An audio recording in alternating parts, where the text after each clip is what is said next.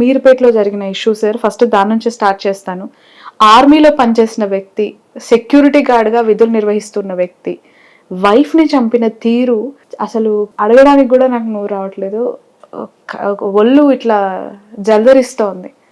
Murder కాకుండా పార్ట్స్ని కుక్కర్లో ఉడకబెట్టడం ఏంటి, ఎండబెట్టడం ఏంటి, వాటిని పొడి చేయడం ఏంటి, చెరువులో చల్లడం ఏంటి, అసలు ఏ సినిమాలో ఇలాంటి స్టోరీ చూపించలేదు. దీన్ని ఒక సినిమా చేయొచ్చు అనిపించేంత క్రైమ్ థ్రిల్లర్గా ఇది కనిపిస్తుంది కళ్ళ ముందు. ఈ సిచ్యువేషన్లో పోలీసులకు ఒక సవాల్గా మారింది ఎవిడెన్స్ని ప్రూవ్ చేయలేకపోవడం. అంటే అతను చెప్పాడు, స్టేట్మెంట్ అయితే ఇచ్చాడు, కానీ వాటి ఆధారాలు కోర్టుకు సమర్పించాలి, అప్పుడే నేరస్తుడిగా పరిగణించబడుతుంది అనేది. దీనిపై మీ అభిప్రాయం ఏంటి? మనం ప్రధానంగా చెప్పుకోవాల్సిన విషయం ఏంటి అంటే, ఇప్పుడు ఈ సంఘటన ఏదైతే జరిగిందో అది ఒక మానవుడు ఒక ఊహించలేని సంఘటన అది.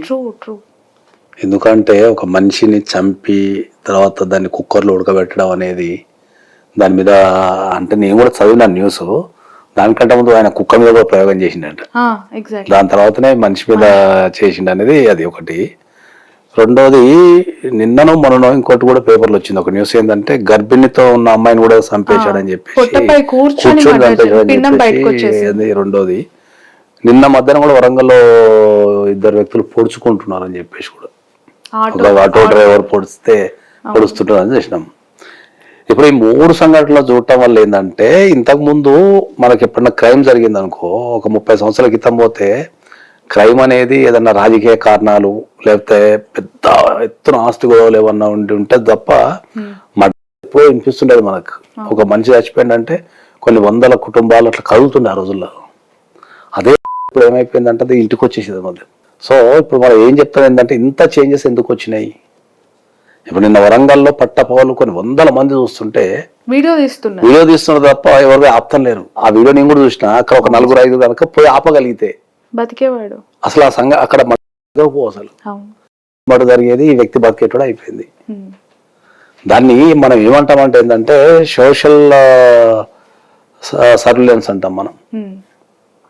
ఇంతకుముందు మన జీవితాలే కాకుండా పక్కింట్లో ఏం జరుగుతుంది అనేది కూడా చాలా మంది కుతూహలం ఉంటుండే.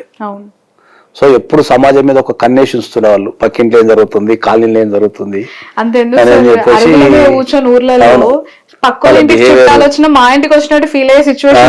బిహేవియర్లు గమనిస్తుండే.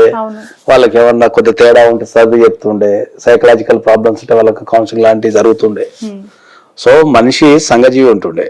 ఎప్పుడైతే సంఘజీవి ఉండి ఒకరికొకరు అనుబంధంగా ఉండి జర సమాజం గురించి వ్యక్తి గురించి పట్టించుకున్నంత కాలం అవి ఎప్పుడు జరగలే.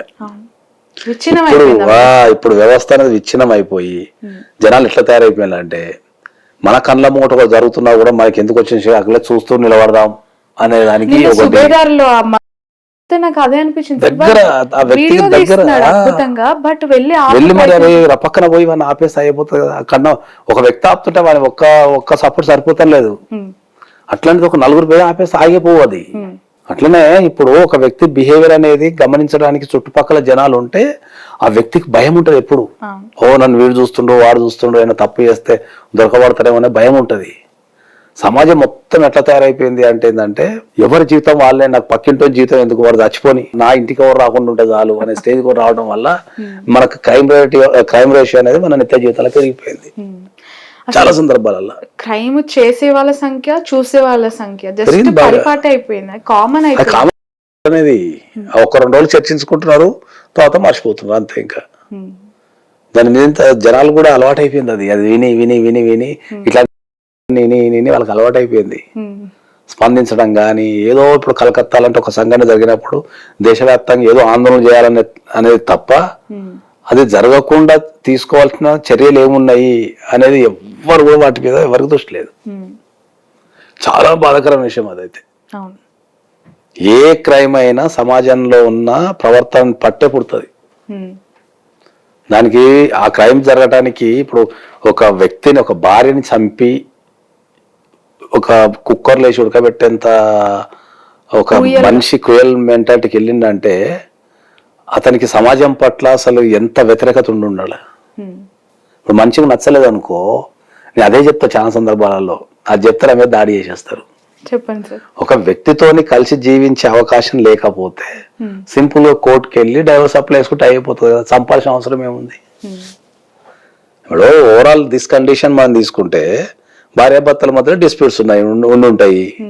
ఆ డిస్ప్యూట్స్ లో ఒక ఇంటి కింద కలిసి నివసించాలని పరిస్థితి ఉండొచ్చు.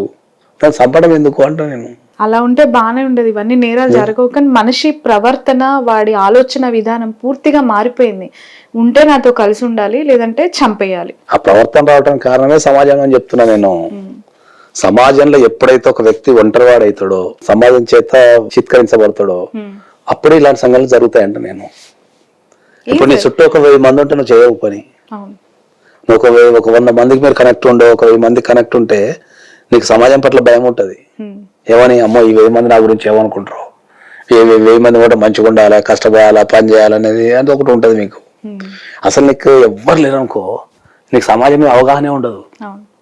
ఇప్పుడు ఒంటరి జీవితం కాబట్టి ఇప్పుడు ఏం చేసినా ఏమైతే మాట జైలు వేస్తారు అనుకుంటే వెళ్ళిపోతాం మనకు అంతే. అటువంటి స్టేజ్ లో సమాజంతో ఎవరైతే ఎక్కువ కనెక్షన్ ఉంటారో వాళ్ళు క్రైమ్ చాలా తక్కువ చేస్తారు. సమాజంతో ఎవరైతే కనెక్షన్ కట్టేద్దో వాళ్ళే క్రైమ్ చేస్తారు.